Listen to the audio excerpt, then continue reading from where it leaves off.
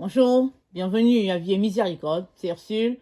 On est le 12 août 2026.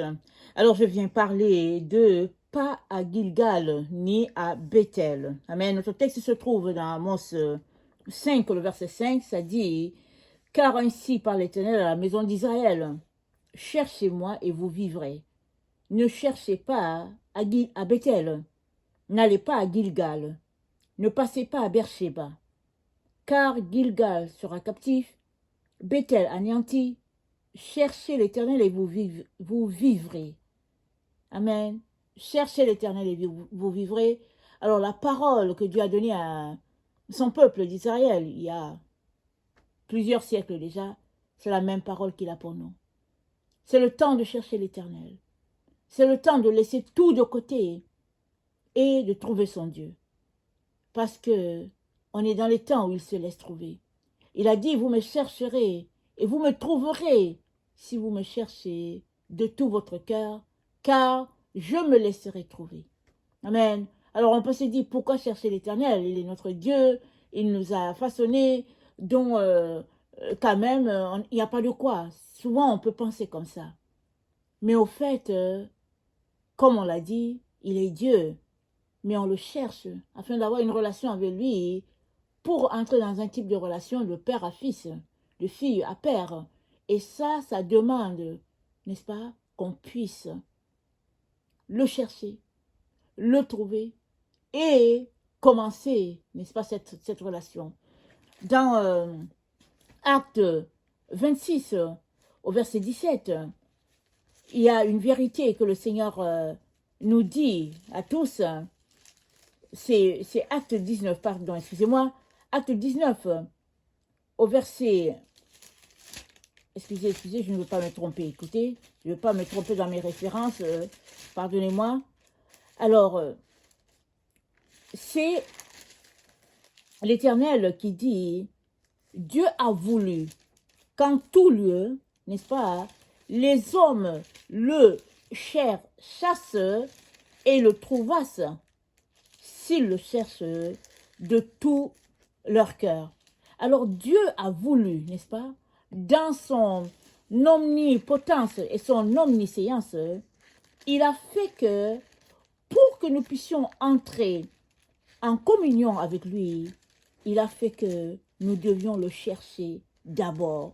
Et une fois que nous le cherchons, alors il va se laisser trouver. Alors dans Acte, c'est Acte 17, au verset 27, c'est dit cela, que Dieu a voulu que les hommes s'efforçassent, n'est-ce pas, de le trouver en tâtonnant. Amen. On peut se dire, mais comment est-ce que c'est possible?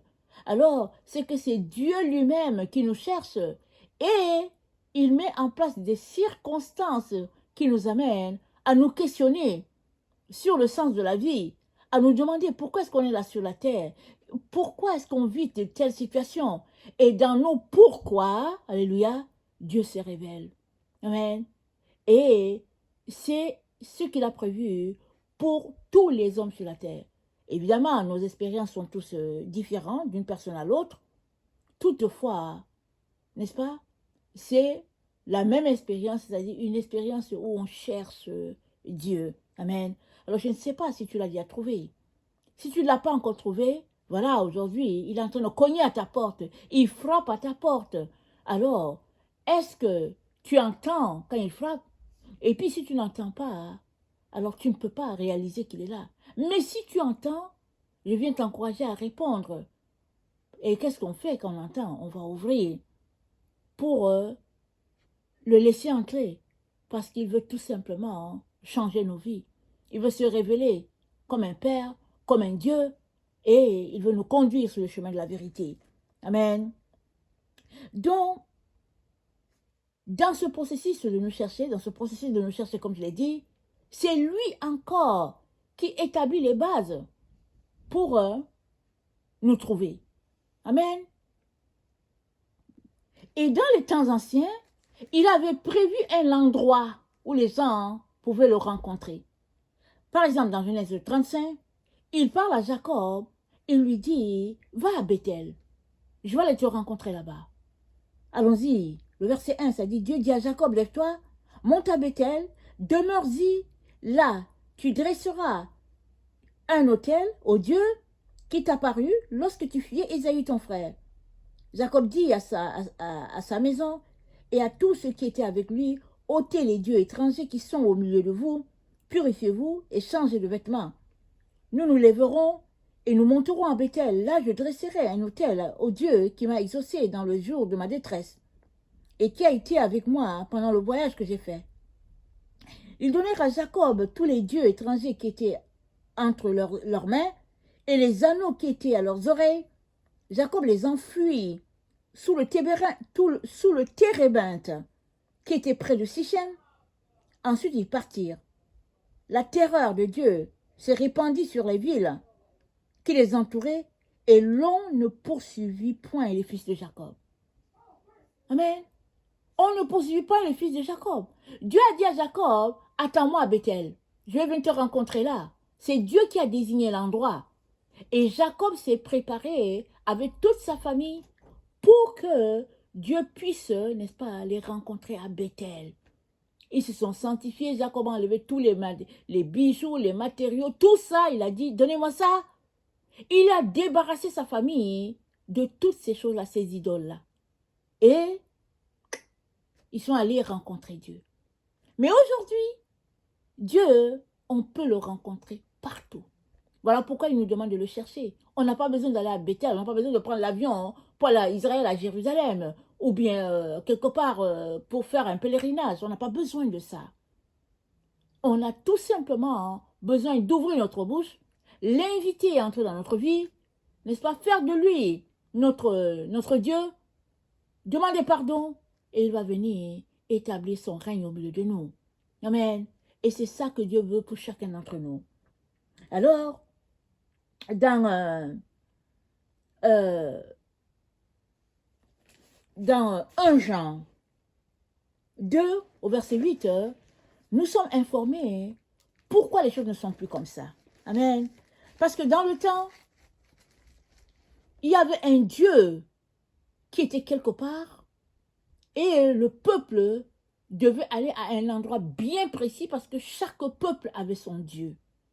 Aujourd'hui, Dieu s'est réconcilié avec l'humanité en offrant son Fils, son unique, qui est mort à la croix pour nos péchés.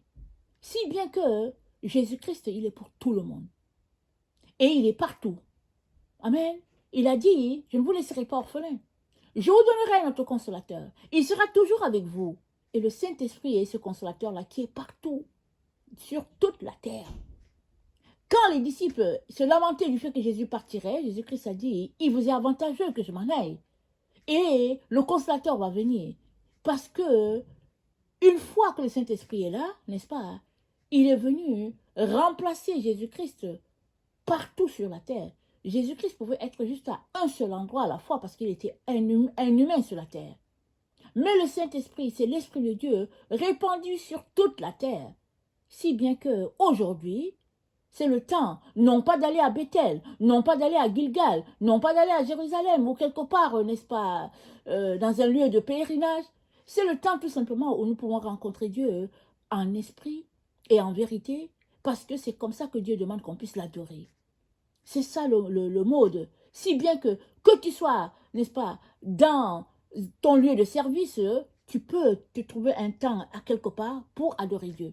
Que tu sois dans la maison avec ta famille, tes enfants, tu peux adorer Dieu là. Mais tu peux aussi te retirer quelque part tout seul, adorer Dieu. Dieu est partout à la fois. Alléluia. Il n'y a pas un endroit en particulier là où il y a Dieu, et puis un autre là, il n'y a pas Dieu. Même au milieu des sectes, Dieu est là. Il y a des gens qui vont donner leur témoignage, comment ils ont rencontré Dieu dans leur secte où ils étaient. Tout cela pour dire que il est temps que tu fasses cette expérience-là. Ne te limite donc pas, parce que Dieu est celui-là qui nous révèle comment le rencontrer. Et alors qu'il a guéri un malade né, un aveugle né, et que les gens ont chassé cet aveugle de la synagogue, n'est-ce pas? Jésus-Christ a rencontré cet aveugle-là, hors de la synagogue. Et il lui a dit, crois-tu au Fils de Dieu? Il a dit, mais qui est-il? Et Jésus-Christ a dit, c'est lui qui te parle. Et l'aveugle s'est mis, l'aveugle né, maintenant devenu voyant, s'est mis à genoux, il a adoré Dieu.